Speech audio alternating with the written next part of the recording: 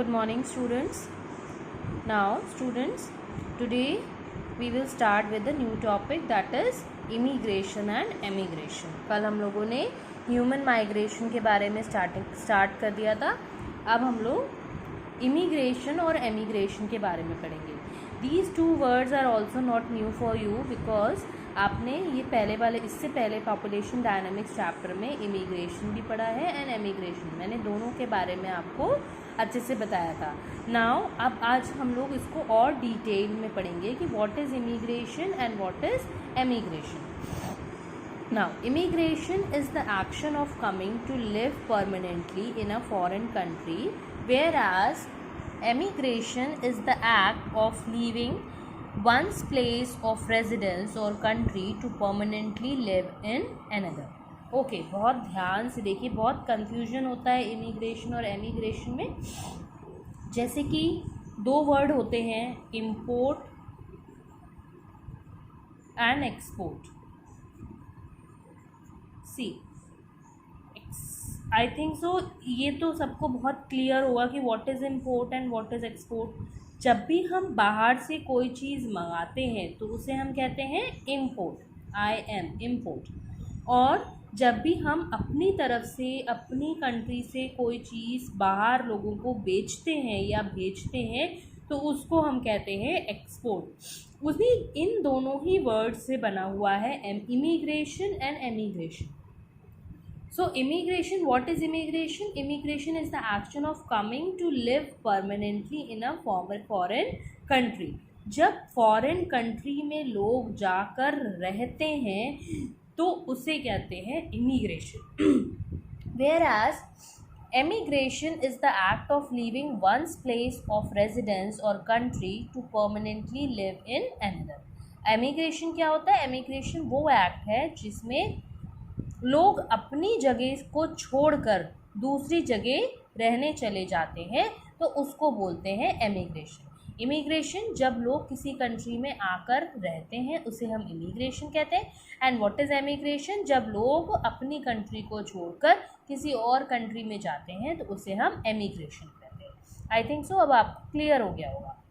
बहुत ध्यान से इसको, अगर आपको नहीं समझ में आया तो दो तीन बार ये वाला वीडियो आप ज़रूर देखिएगा. ओके, तो आपके कन्फ्यूजन क्लियर हो जाएंगे. Both immigration and emigration have the same meaning, moving into but are oppose to each other in direction. दोनों का मीनिंग सेम होता है, देखेंगे तो मीनिंग सेम होता है, बट क्या होता है? Moving into but are oppose to each other in direction. बस डायरेक्शन की बात होती है कि जब हम एक कंट्री से दूसरी कंट्री जा रहे हैं तो वो हमारा एमिग्रेशन कहलाता है. ठीक है. और जब किसी कंट्री से लोग आकर रह रहे हैं तो उसे हम कहते हैं इमिग्रेशन. ठीक है. People migrate because they want to move away from their own country for better employment opportunities, education or even to flee conflict or war. People एक जगह से दूसरी जगह क्यों जाना चाहते हैं? क्योंकि एमिग्रेट करना क्यों चाहते हैं?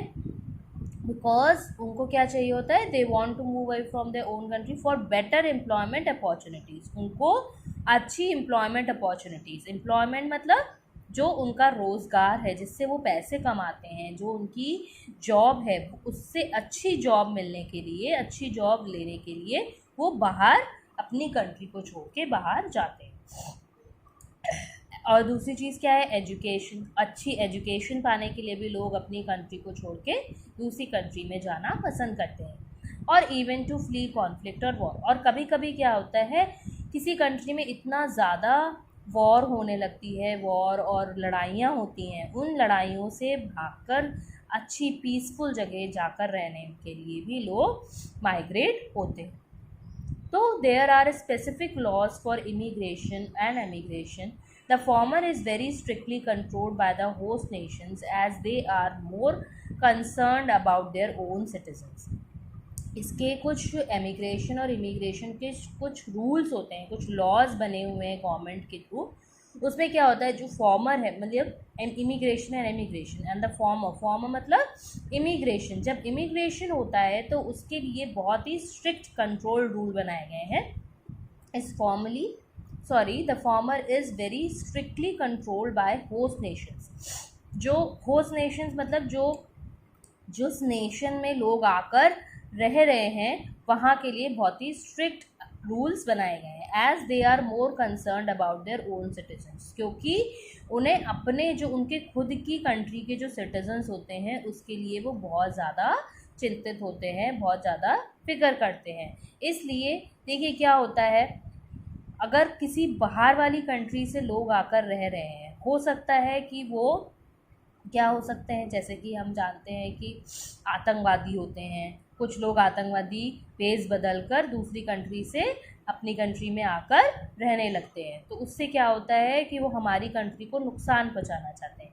इसलिए जब कोई भी माइग्रेट होकर दूसरी कंट्री में जाता है तो उस कंट्री के लोग बहुत सारे रूल्स एंड रेगुलेशंस फॉलो करते हैं, तभी उसको अलाउ करते हैं उस कंट्री में रहने के लिए, ताकि एक सेफ्टी पर्पस से, ताकि उनकी कंट्री को कोई भी नुकसान ना पहुंचा सके। नाउ देयर इज़ वन की एक फैक्ट है, let's discuss. Immigration is taken from the Latin word immigrate. ये इमिग्रेट लैटिन वर्ड से लिया गया है word, that means to go into. Immigrate का मतलब क्या होता है, टू गो इनटू, जाकर रहना। Emigration comes from the Latin word emigrate, और एमिग्रेशन किससे निकला है, एमिग्रेट से, जिसका मतलब होता है टू मूव, मतलब जाना। Now why do people migrate, people migrate क्यों करते हैं। पहले हम ये एक बहुत अच्छा सा एक डायग्राम आपकी बुक में दिया हुआ है, इसमें देखिए ग्लोबल माइग्रेशन इन्फोग्राफिक दिया हुआ है। इसमें देखिए जैसे कि लोग एक जगह से दूसरी जगह जा रहे हैं, दिस इज़ होस्टिंग कंट्रीज़। कौन सी कंट्रीज़ होस्टिंग कंट्रीज़ हैं, मतलब जहाँ पर लोग आकर रहते हैं। इंटरनेशनल माइग्रेंट स्टॉक, मतलब जो इंटरनेशनली पूरे लोग जहाँ पर रहते हैं उसके बारे में ये पूरा एक आपको डायग्राम दिया है, ठीक है। Now why do people migrate, people migrate क्यों होते हैं, ये हम बार बार पढ़ रहे हैं ताकि उनको अच्छी अपॉर्चुनिटीज़ मिलें। अब इसको हम और डिटेल में देखते हैं। There are many economic, social and physical reasons for people to migrate. They can usually be classified into push and pull factors। जो बहुत सारे इकोनॉमिक, सोशल और फिजिकल रीजंस है जिसकी वजह से पीपल एक जगह से दूसरी जगह उनको जाना पड़ता है।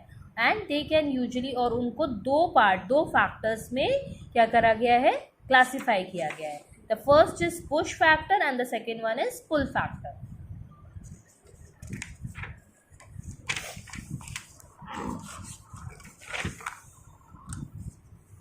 Now, push factors are associated with the area of origin। जो push factors होते हैं वो कैसे बताते हैं, वो किससे एसोसिएट होते हैं, with the areas of origin।